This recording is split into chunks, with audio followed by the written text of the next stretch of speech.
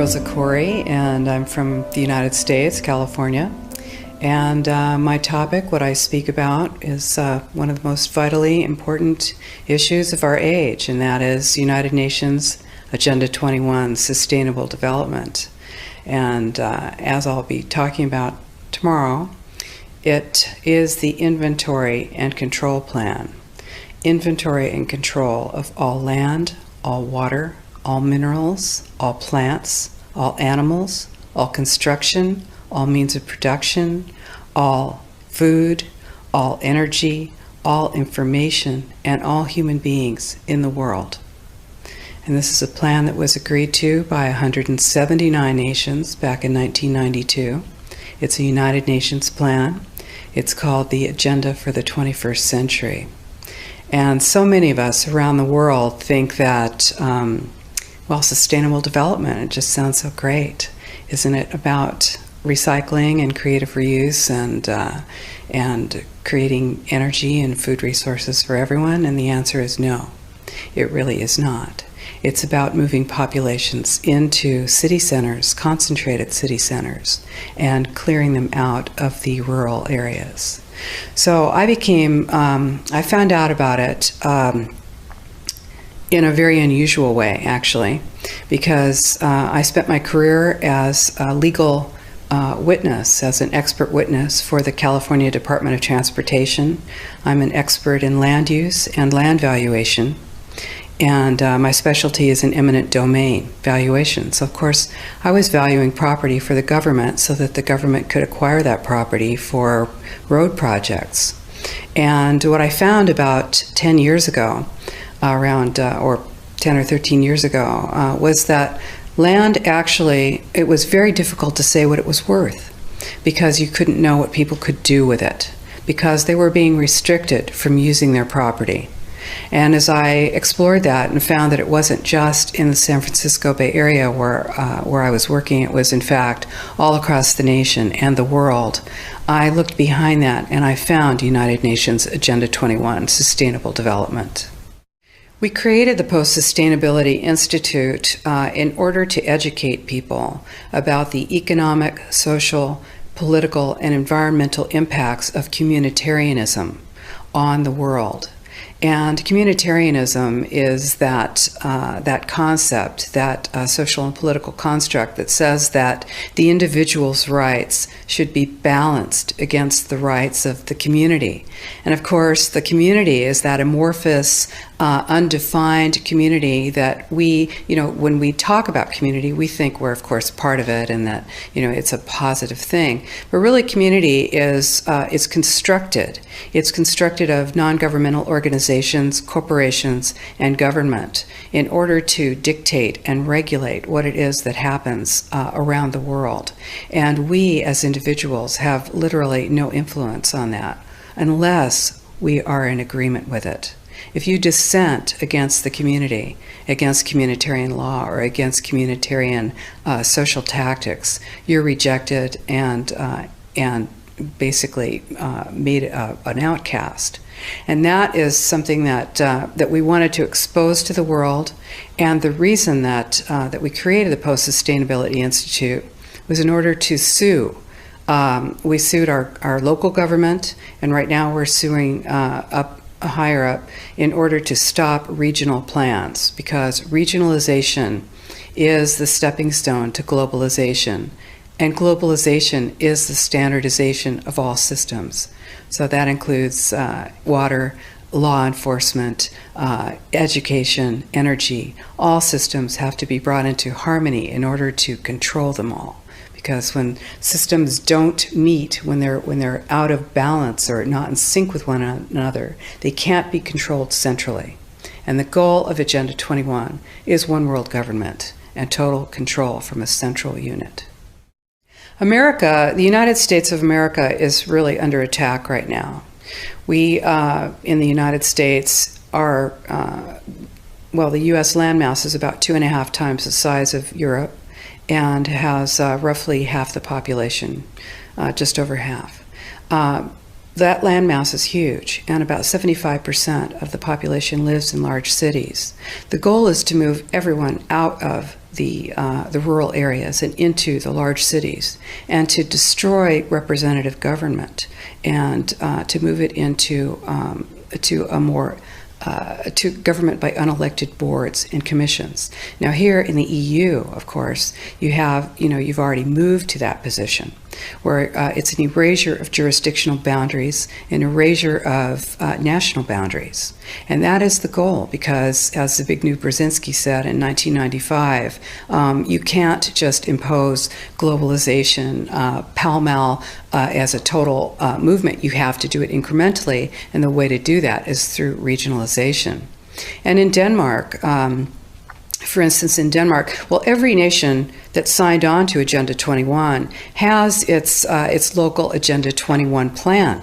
And people in the United States are completely unaware of this. If I go out and talk about this, the United States press attacks me and calls me a conspiracy theorist, which is totally ridiculous. It is a conspiracy, but it's not a theory. It's a fact.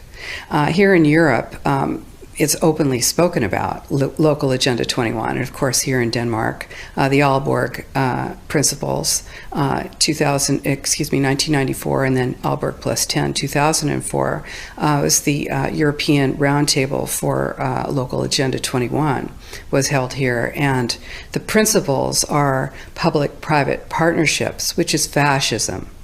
And this is how it's implemented on the ground, is through this joining together between corporations, non-governmental organizations, and governments in order to cut out the actual individual, your voter, and instead to take that to a level where we literally cannot penetrate. And this is the goal. So this is already far progressed in Europe. The three pillars of United Nations Agenda 21 are economy, ecology, and equity, the three E's, the social equity.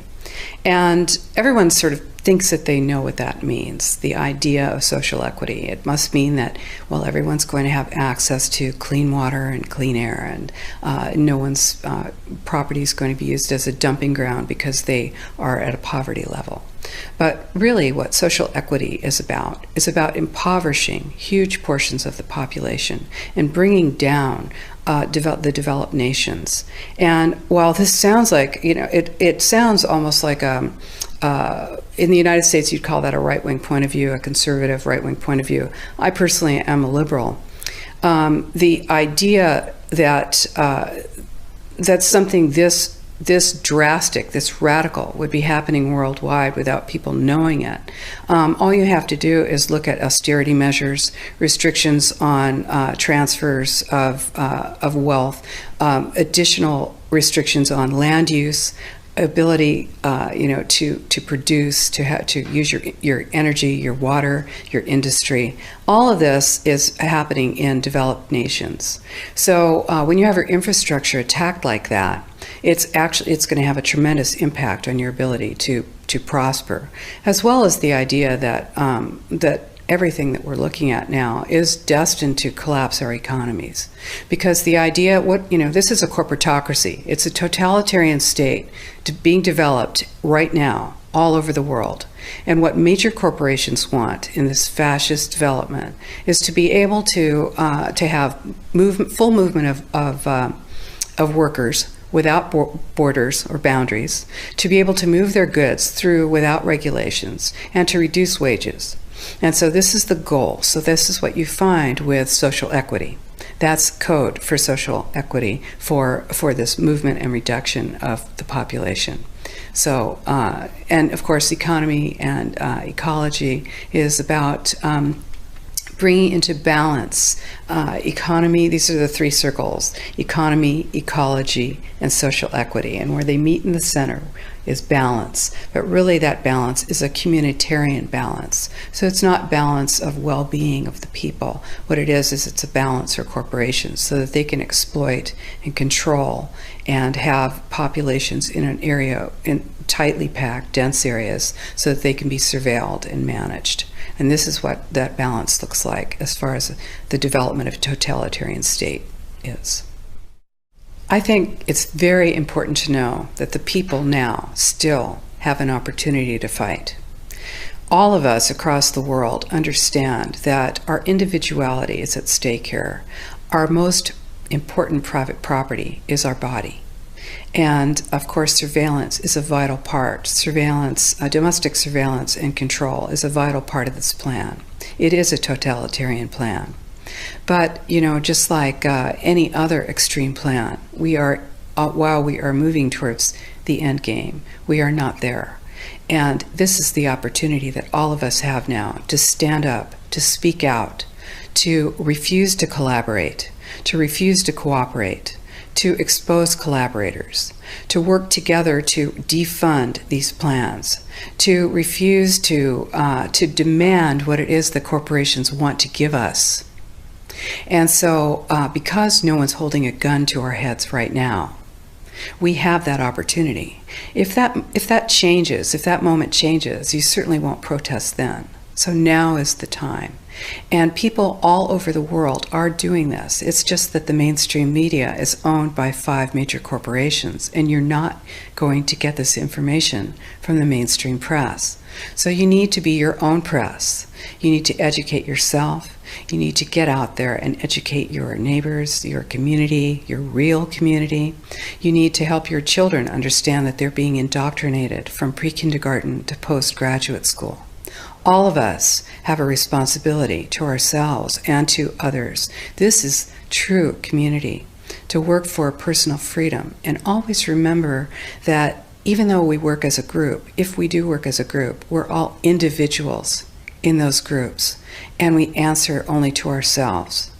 And this is essential. It's essential as free human beings. This is what we are. We are free, and we need to continue to be free. And I do believe that we will win, but we have to become aware that there is a fight, and then make our friends and our neighbors and our community aware as well, and work together.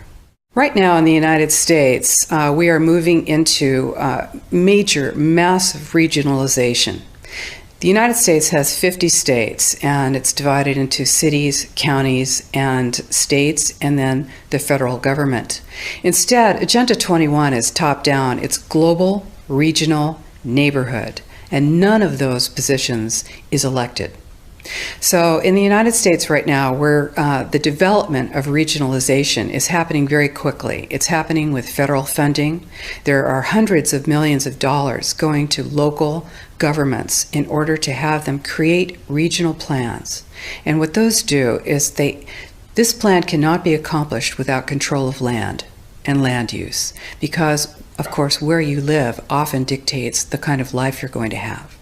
So regionalization takes away our opportunity to have an impact. It takes away representative government. So what we are doing at the Post-Sustainability Institute right now is we are suing to stop the biggest regional plan in the United States, and it is a blueprint for the rest of the country.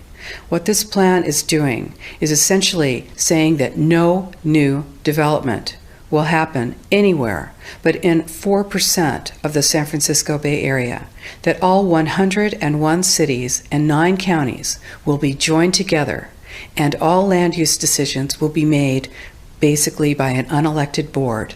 What this will do to land use and land value in the San Francisco Bay Area, to movements of people, to development of business, to freedom, is unfathomable. And people are not aware of it. The only thing that is standing between that and full passage is our lawsuit. Now, what this truly means is if you tell people that they have to build only smart growth, high density development in an urban center right on a train line, or the train doesn't have to be there, it's the proposed idea of a train line. And then no development, no buildings, no residential, no commercial can happen outside of that very, very concentrated area. Then what do you have? You have a concentration camp of the future. This is exactly what it looks like. And you see, it's very much more subtle and much more sophisticated than it was when the Nazis were doing it. You are not going to get thrown on a train car. You will just have your roads out in the rural areas pulverized and turned to gravel. You'll have your family well monitored. You will have your energy restricted. You will have your school service cut, your sheriff's service cut. You will find that you are not able to get your goods to market, and then you have to move into the city, and then you will move into this high-density development that is subsidized with our property tax dollars, and pretty soon you will have the Wildlands Project, which is predicated on moving people out of the rural areas. And this is how it happens. So, people say, well, hey, nobody's getting me off my land. Well, it's very easy. No one's going to come to your door with a gun, but they will move you off your land, and you will be in the cities. And those cities will be full capability of surveillance, monitoring, and control. These buildings, these high-density buildings, are being built with a concept of eyes on the street. You become basically a deputized police adjunct. Your job is to watch the street. Your job is to watch your neighbor. The war on terror is a war on you. And we all know this. We feel it. This is why we need to stop it. So this is our plan, is to use the courts at this point and stop this plan. And we're working on it.